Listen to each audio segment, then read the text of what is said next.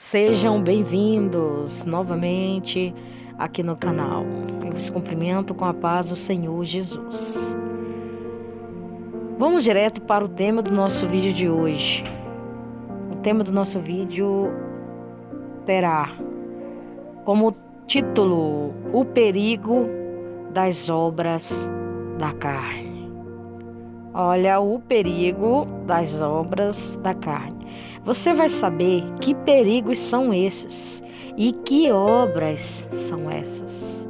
Nós vamos começar lendo aqui o nosso texto de hoje, que nós vamos aí fazer a nossa explanação, nós vamos explicar, eu vou estar explicando para você o que significa aí esses perigos e essas obras da carne. O que essas obras podem nos trazer de prejuízos em nossas vidas espirituais.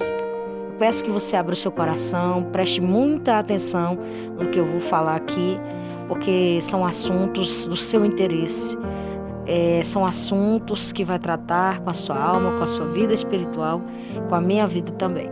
Então vamos começar lendo aqui Gálatas, capítulo de número 5, versículo 19 ao 21, que diz assim: Porque as obras da carne são manifestas, as quais são adultério, fornicação, impureza, lascívia, idolatria, feitiçaria, inimizades, porfias, emulações, iras, pelejas, dissensões, heresias, invejas, homicídios, bebedices, glutonarias, coisas semelhantes a estas, acerca das quais vos declaro, como já antes vos disse, que os que cometem tais coisas não herdarão o reino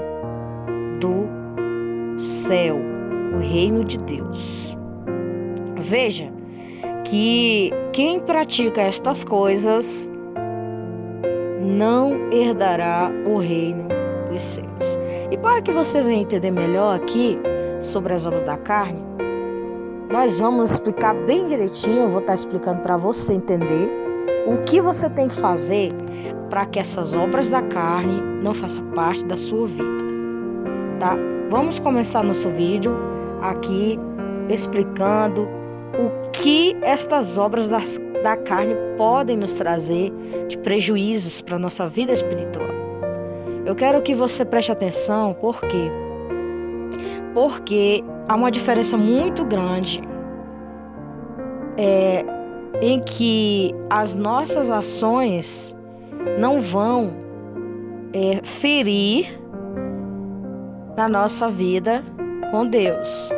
Mas eu digo para você que sim, que se nós não tivermos com a nossa vida perante Deus, uma vida diretamente ligada com Deus, no Espírito Santo, nós não podemos herdar o reino dos céus. Vamos começar? Vamos lá? Vamos aqui continuar nosso vídeo. Vem comigo que a gente vai aprender muita coisa hoje, aqui no nosso vídeo maravilhoso de hoje, que vai tirar muitas dúvidas aí da cabeça de quem não sabia diferenciar as obras da carne das obras do Espírito. E o ponto central aqui são o perigo das obras da carne. As obras da carne são pecados graves que resultam da natureza pecaminosa do homem. Foi o apóstolo Paulo que apresentou uma lista de práticas denominadas por ele como obras da carne. Ao escrever para os cristãos na Galácia, ele mostrou aí o que são, através da palavra do Senhor, escrita por Paulo, o que são essas obras da carne, como está escrito em Gálatas, capítulo 5, versículo do 20 ao 21. Conheceremos quais são as obras da carne e qual o significado de cada uma delas. O que significa obras da carne? Pontinho de interrogação.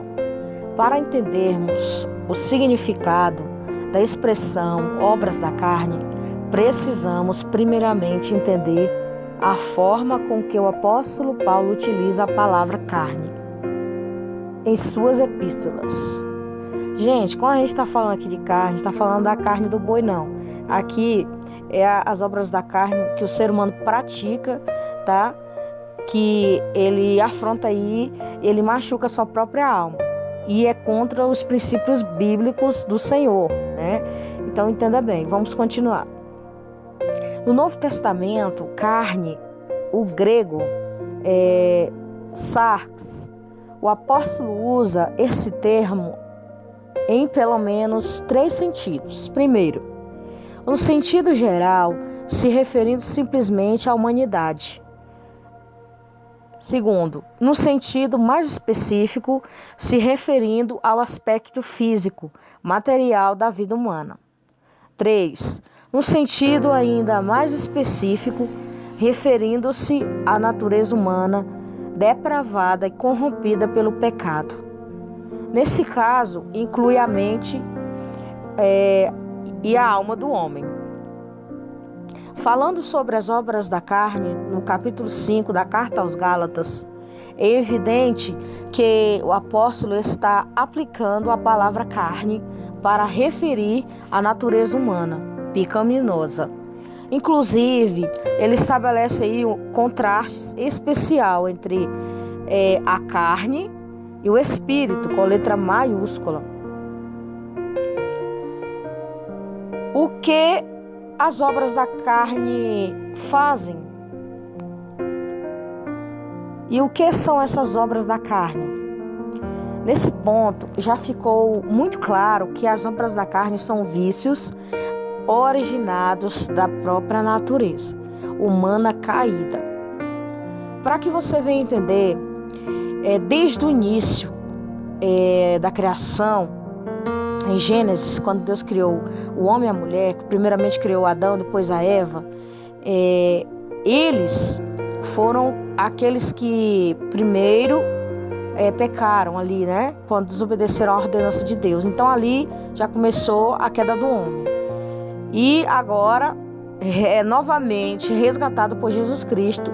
Ele trouxe de volta a nossa vida que estava morta, nas nossas próprias naturezas pecaminosas, trouxe para o seu reino, que através do Espírito Santo, esse Espírito Santo é o Espírito de Deus, o Espírito do Senhor Jesus, é um igual a Jesus Cristo dentro de nós. Mas espera aí, para você receber esse Jesus, você precisa aceitá-lo como Salvador, acreditar nele.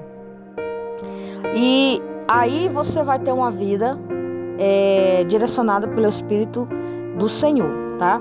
A sua natureza caída, ela novamente retorna a Deus, né? Ela é reconstruída por Deus e você vai viver uma vida na ordenança de acordo com a vontade do Senhor, tá?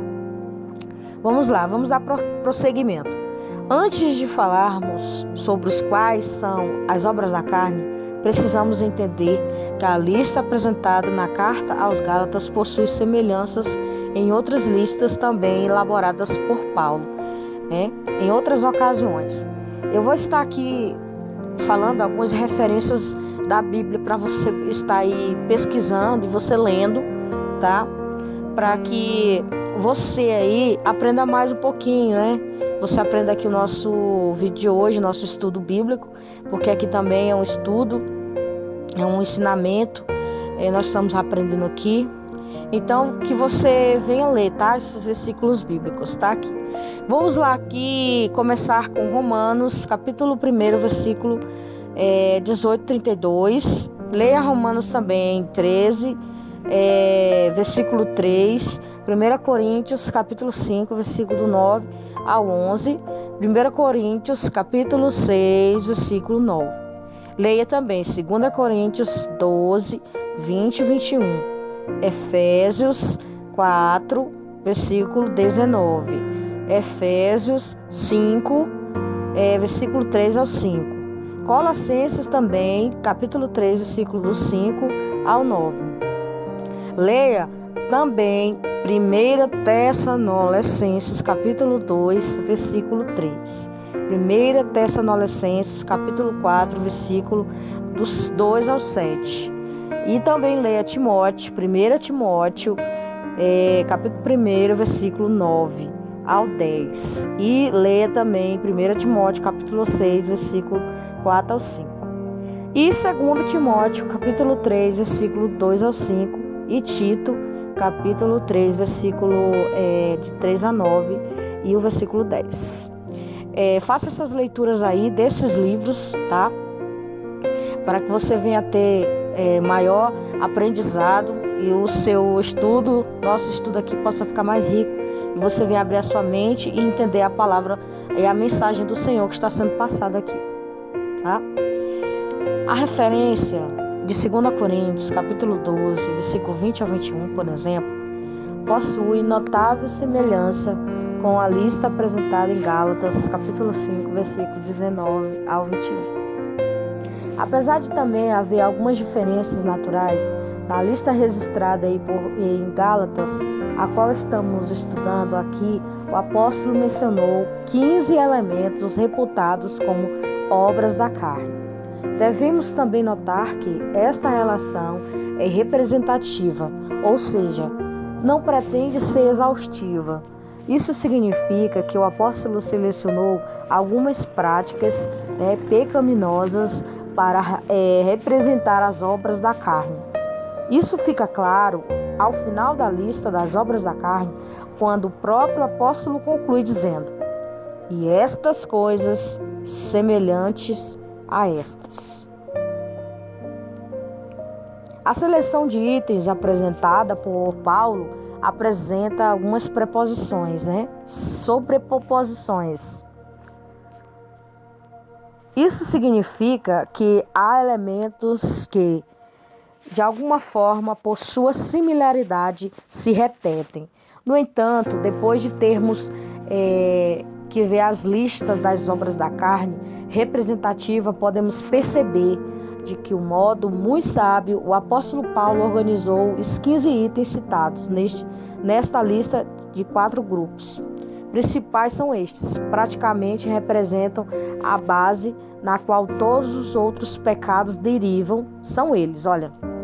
Primeiro aqui, pecados relacionados à imoralidade. Aí 2 pontinhos, aí prostituição, tá? Impureza, lascívia, Aí vem os pecados relacionados aí aos falsos deuses, como idolatria, feitiçaria. E agora vem os pecados relacionados à rivalidade, que significa inimizades, porfias, ciúmes, iras, discórdias, dissensões, facções e invejas. E também temos aqui outros pecados relacionados aos excessos, como embriaguez e glutonaria. Veja só, cada um desses aqui foi separado em grupos relacionados, em assuntos relacionados, que estes tais não vão herdar o reino do céu, não vão fazer parte do reino de Deus. Quem tal faz essas coisas. Vamos analisar as obras da carne. Podemos fazer as seguintes considerações sobre as obras da carne citadas por Paulo. Primeiro aqui, prostituição. Também podendo ser traduzida como imoralidade, é um termo utilizado pelo apóstolo em outras passagens bíblicas, tá?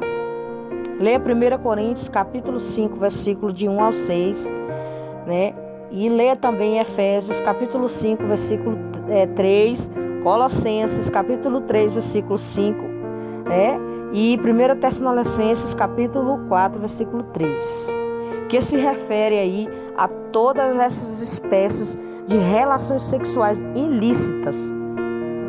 Agora, a impureza. 2. É um conceito bastante abrangente, que está diretamente ligado à imoralidade. Este conceito inclui não só as ações, mas também as palavras e pensamentos e intenções. Agora vamos para a lascívia. O que significa lascívia? É uma palavra que também pode ser traduzida como indecência, libertinagem e que também foi utilizada por Paulo em outras epístolas. Leia Romanos capítulo 13, versículo 13 e 2 Coríntios capítulo 12, versículo 21. E leia Efésios, capítulo 4, versículo 19. Este termo enfatiza principalmente a falta de domínio próprio, onde a pessoa se entrega totalmente aos seus próprios desejos pecaminosos, sem qualquer decência, sem qualquer pudor. Agora vamos para a idolatria.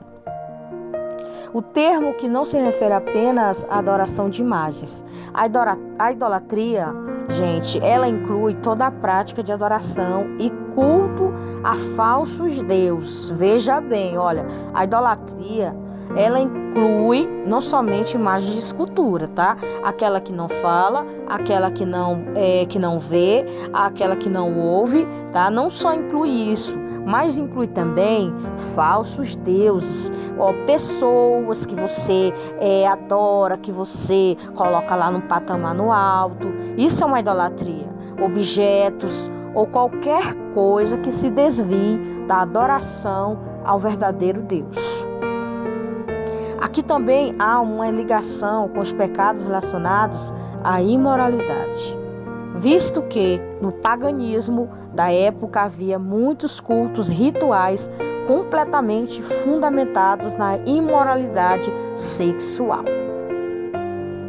Eu quero abrir um parênteses aqui, antes de continuar o outro tópico. É o seguinte: tem muita gente por aí por fora que não conhece a palavra de Deus, que eles ficam incentivando a pessoa a entrar na imoralidade sexual, que a pessoa pratique de tudo, para a pessoa mesmo se entregar, se fazer tudo. E isso é pecado, isso é contra a palavra e os mandamentos do Senhor. Se você não quer viver uma vida dessa, você case-se, arruma uma pessoa para você casar, um varão valoroso. E você que está procurando uma varão valorosa, case-se para que você não venha pecar, você não cair no pecado, tá bom? Porque nós cristãos, nós temos isso conosco, isso é uma ordenança de Deus. Nós não podemos sair por aí fazendo coisas que é contra o que está escrito na palavra.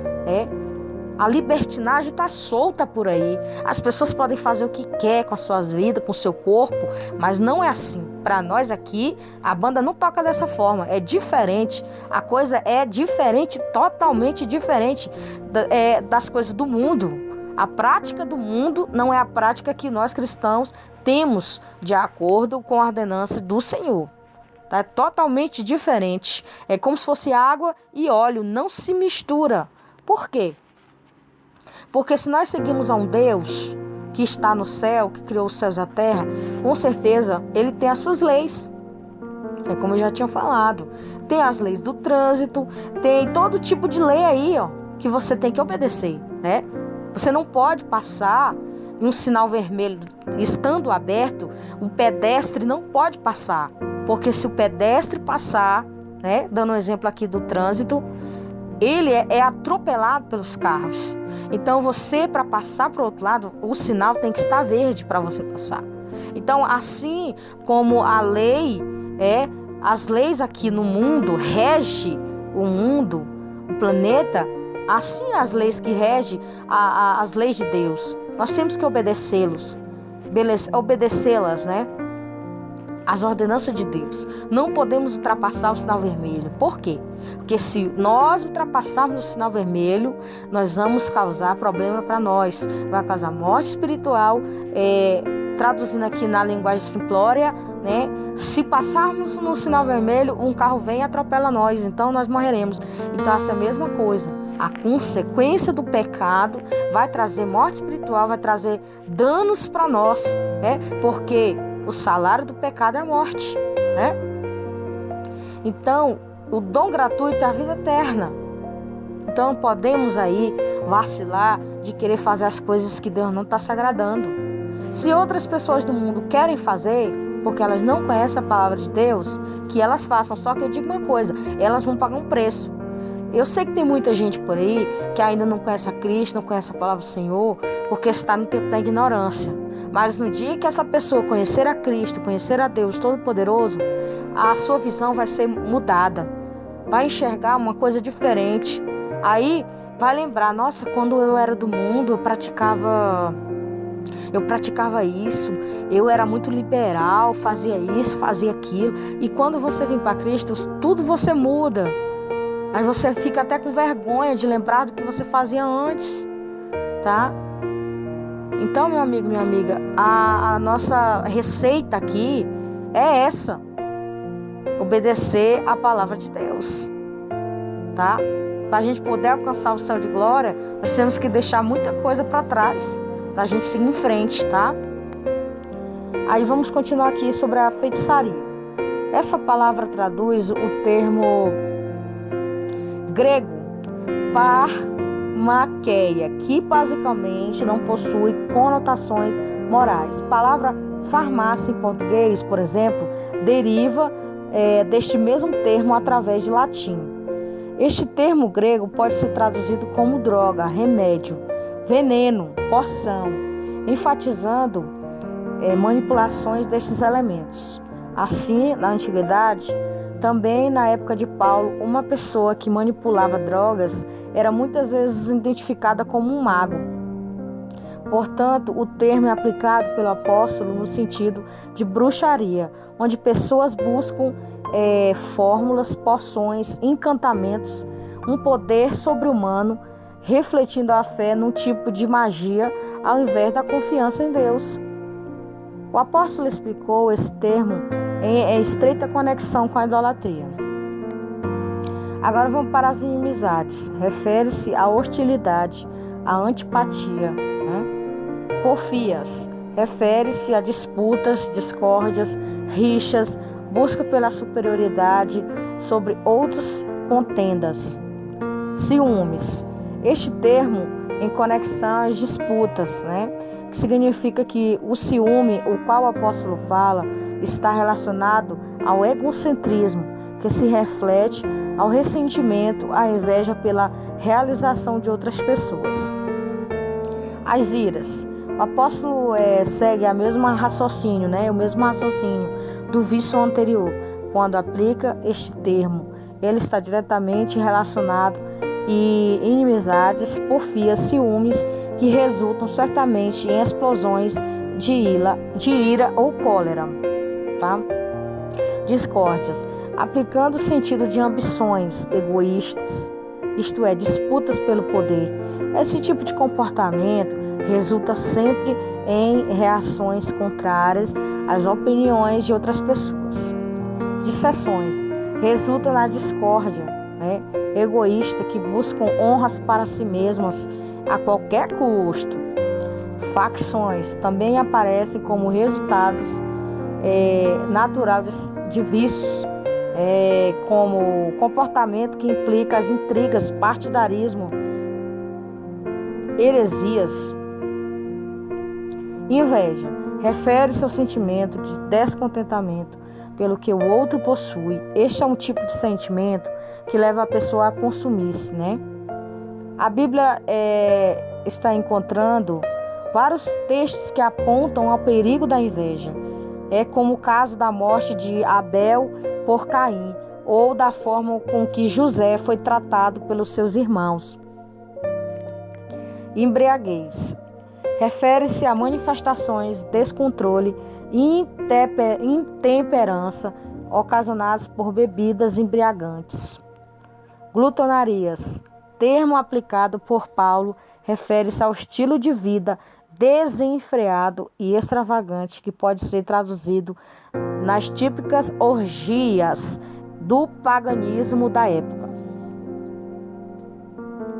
O apóstolo Paulo, ele faz uma grave exortação aí quando os perigos das obras da carne.